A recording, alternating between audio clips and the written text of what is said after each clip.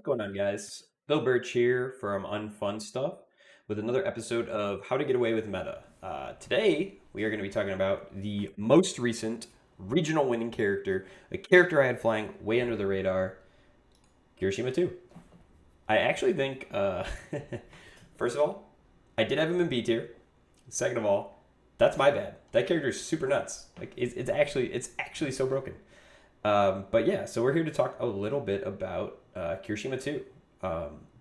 So obviously, Jacob Johnson had a super fantastic showing at the Orlando Regional and was able to take it all down. We had three Kirishimas in the top 16. We had two Earth and one Fire Kirishima deck, and yeah, I guess it just goes to show that kind of character at least flew under the radar for me, but a lot of people were really on it. I believe he was a highly represented character as well. Like at least 10 or so showed up to the event. Yeah, and I wish I could get that breakdown exactly for you, but I do not have the power to do that, for I am not searching for it. I just don't. I didn't look. I just got back from vacation, guys. Cut me some black. Anyways, dudes. So what makes this guy so powerful is something that I think that I really underestimated. And I think it's just this power on defense is just kind of really suffocating in a lot of situations. So on defense, this character can like with no what do you call it? With no shit. With no hand, there we go. No hand, he can really just like take over a game defensively. Just through like very minimalist things that he is doing, he gets to um, pretty much draw a free card at the cost of destroying a foundation, and you can just destroy a defense like just a committed foundation that you were going to destroy anyways. Get a draw and potentially just rip into an extra block. So this guy's hand size gets like super far exceeded on defense, not necessarily on offense. On offense, it's a lot of filter draw, but on defense, he almost functions like a copy of like passing the torch towards the end of a turn, where you are trading one resource for a mystery card. And sometimes a mystery card is even something you stack with cards like Celebrity Status. Couple that together with his ability to basically half block any attack, and you just have a really huge recipe for like a solid defensive character. On Earth, I know Jacob Johnson was playing cards like Super Regeneration and Harden, and like Manly Friendship, just to like even further that damage reduction built into his kit of just being able to block for free and also being able to take like the half of the attack. I think his defense is just was overlooked, at least by me. I know other people were probably on it because other people had this character a little bit higher than me, because I did not see it. I did not see it in action before, and I didn't think that he was going to draw like the attention at a large level event from players like Jacob Johnson, where I thought mostly the people who wanted to play him were going to be like the aggro chuds who just want to throw attacks, which he's also very good at.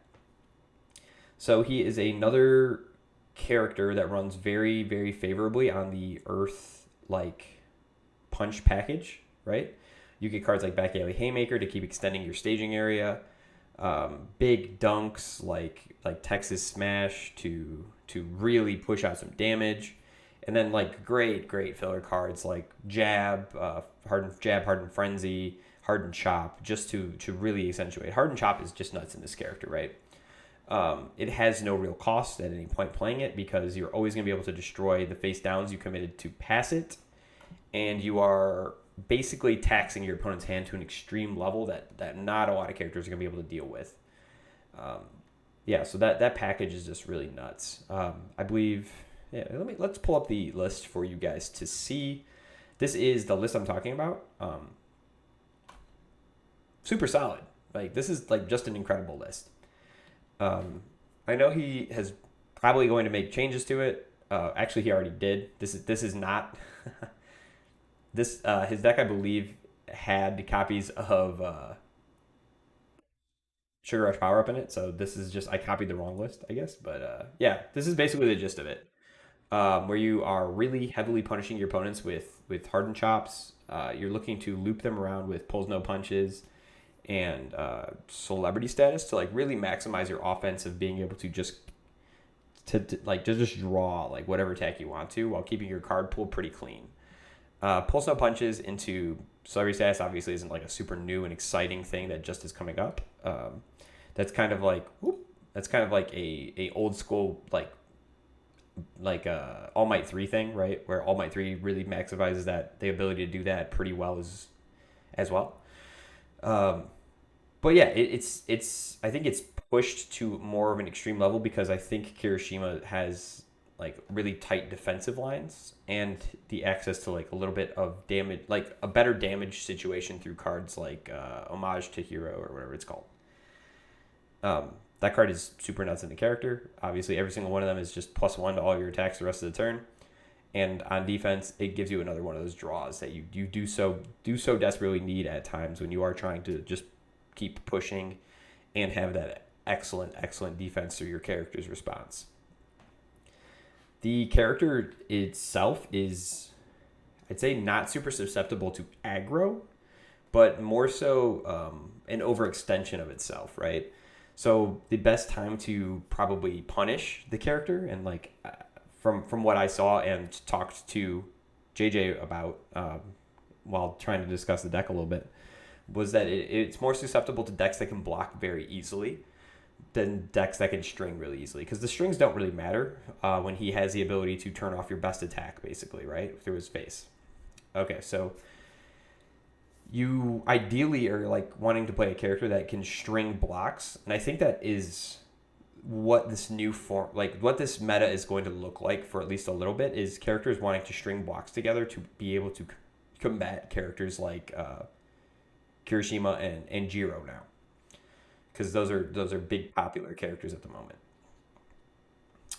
I will say that I think that there is probably room for more testing of decks like decks that can put in cards like Blood Curdle to really turn off defensive characters now, and I think that might do something to actually help combat Kirishima.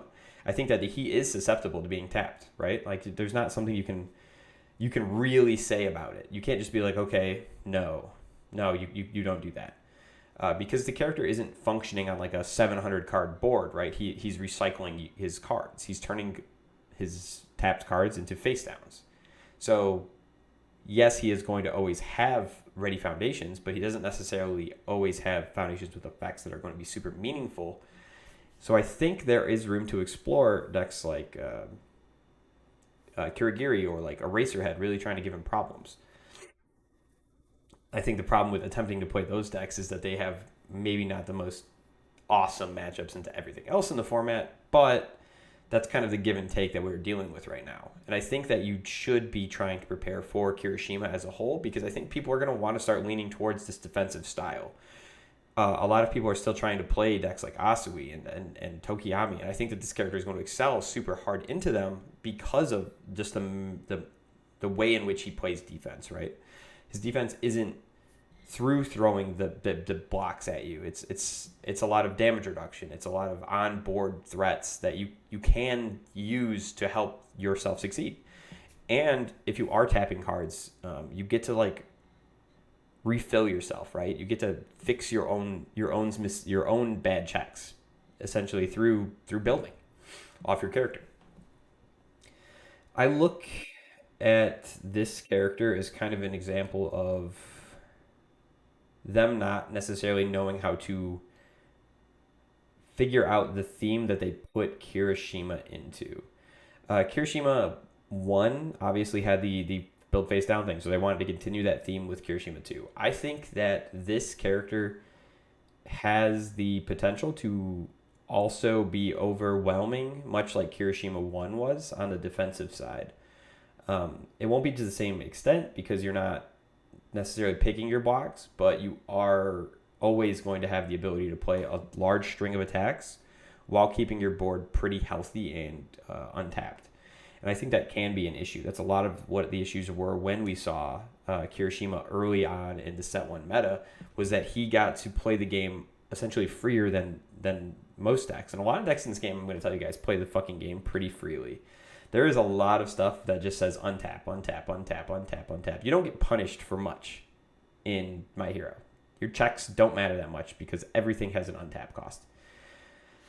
But this character is even taking that another further step, right? Where you're just, not only are you untapping, you're also seeing more cards from your deck. You're filtering. You're getting yourself more options on a backswing or on the defensive side, and that is just kind of crazy when you look at needing to find specific defensive pieces potentially. Like, you can find your faith shields so easily and so freely because of the excessive amount of draw the character has. But yeah, I think that I kind of have, in my theory crafted, if you're trying to beat the character itself, you have to be able to somehow deal with hardened chop in a meaningful way. I think that a character like Kirigiri can do that, can deal with hardened chop in a meaningful way by just not letting him play it, right? And that's huge. But I don't necessarily know if Kirigiri is the meta read answer. That's just what I am in like theory crafting. You need something to that extent. You need something that is that punishing on a card. So maybe it's play. Toru can do that in a side deck situation where you just flash the chop, and you just flash the chop and get it out of the way, and then you're able to block it. Or even like Ida playing Fulfilled My Duties, or stealing the first enhances, or having just an excessive amount of draw through cards like maybe you play 4 copies of Passing the Torch, stuff like that. But blocking is super important right now, and this is a character that's going to attack low meaningfully, and you need to be able to deal with the low attack meaningfully, which means it does take away from characters like Fourth Kind, where they're going to also go low meaningfully. Now there's multiple decks doing that. It really is going to lower the power level of some of the decks that are trying to indiscriminate shock you, because more decks are going to want to have more low blocks. It's kind of a domino effect, and I don't think it's bad for the meta.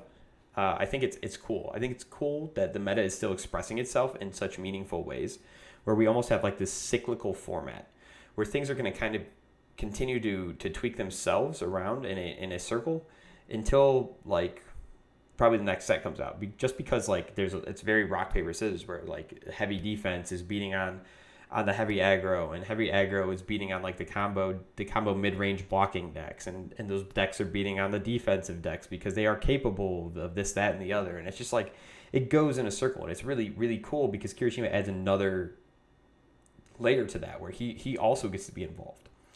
And that just means that the characters that are strong in this meta are growing in just an exponential rate. And it's super cool to see a very heavy top part of your meta, where like you can say, yeah, there are maybe 5 or 6 characters that you can go, those could win. And then there's like a handful behind that you're like, maybe with the right matchups and top cuts they can win. And it's really cool. It's cool to see.